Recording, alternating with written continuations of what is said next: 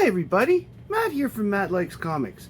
Today I'm recording my response to Alan's Friday challenge about 10 books that would not be published under the code that are modern.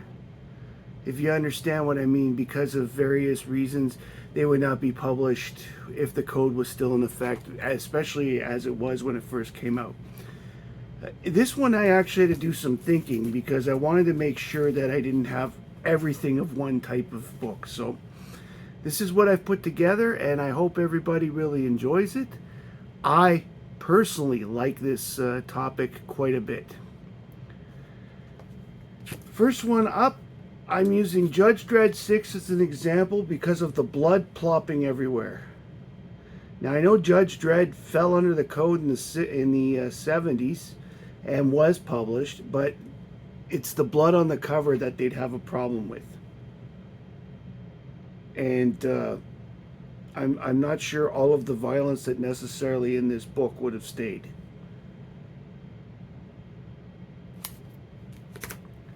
Next up, again, because of dripping blood and just the horror of the piled up bodies, Christmas Caroline Annual 1.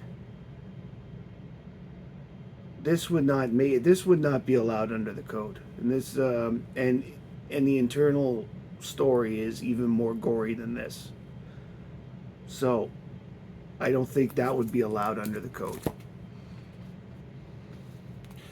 This next one would be banned under the code because it has the word terror on the cover. This is Epitaphs from the Abyss number 7.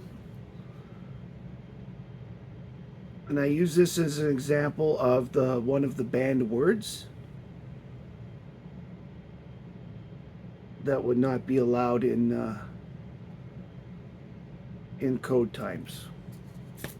In a similar vein, every single issue of this book, this is number 25 of Something is Killing the Children, this would not be allowed under the code for the simple fact that, they're killing children, which was pretty much a no-no. Basically, you had to show death in the quickest light, and it was mostly males who died, if not all exclusively adult males. The odd female would die after the code came along, like Gwen Stacy, but that was part of the storyline. But this would not be allowed under the code today. Also, the demonic and the blood and everything else, it's another concept that wouldn't exist. Next up, I picked this one, Cruel Universe number 2, for the fact that there is a head, and it's a real human head on the cover, because that would not be allowed under the code as it stood in the beginning.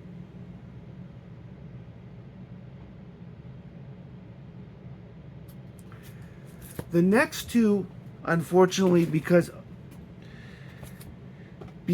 of the coolness, it's the same title. But these are two in a row that the type of book would necessarily go in with a bit of editing, but the covers would not survive. This is Conan the Barbarian 15 with the topless lady.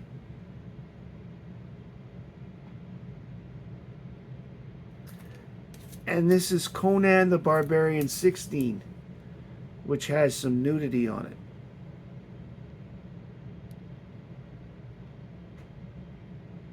I mean, yes, the particular nude parts are covered by strategic light points, but the fact is that is a cover that would have never made muster.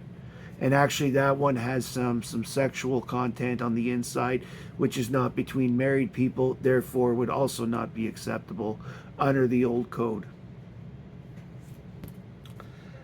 Next up, we have a book called Adler 2, which again would not have made it under the code. She would have had to be modestly dressed, and she definitely isn't. Also, She is killing people on the cover by stabbing them. There's blood. There's a lot of reasons why this one wouldn't be.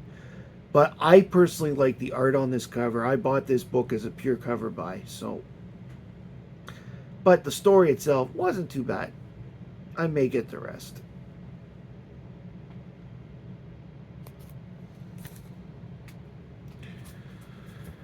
Last two.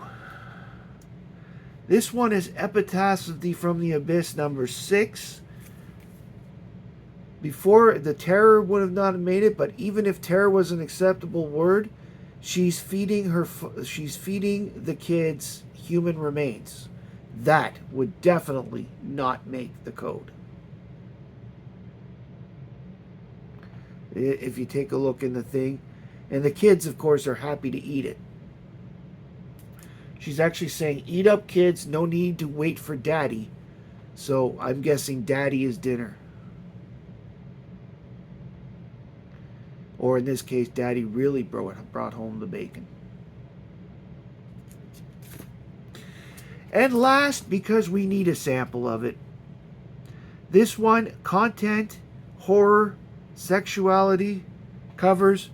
There is no way this would have even been thought of as a comic book. This is Zombie Tramp 57, which I pulled out as an example. This is the cleanest cover I have of Zombie Tramp in order to be able to show it to you. But this, by far, is a title that would never make it under the code. Now, I'm no code expert. I've read what the code is. I like law and regulations and all that stuff. That's an interest of mine. I don't necessarily want to follow them all, but I like reading them. And just about every one of those books would not pass muster. Certainly not with the prudes they had working at the... because they were typical, like we're talking 1950s conservative, that were working at the code. They got one of the most conservative judges they could find to run it and all that other stuff. In fact, this judge was so,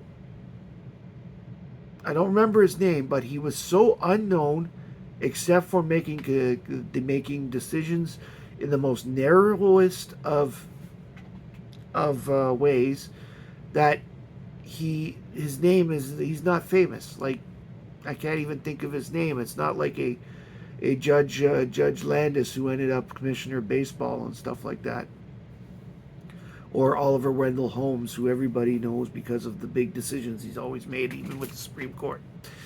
So I hope you enjoyed this list. If you want to get in on the Friday challenge, just make sure you hashtag Friday Comic Challenge on a little video, and you know, tag Alan. Alan will watch your video and comment on it if you tag him. If you like this video, please like, subscribe, please comment. Tell me which books you have that would not make the make it under the code. Because you got to remember, certain words were banned, certain actions were banned. Sex was only to be shown in the context of a healthy marriage. Crimes, the criminals always had to pay. You know, they always had to get caught. You had to respect cops, like, and other law enforcement. There was a bunch of these rules. You know, no monsters or creatures that were, you know, very terrifying. The code started, I mean, Marvel Monsters got away with it, but mostly because they had ridiculous names.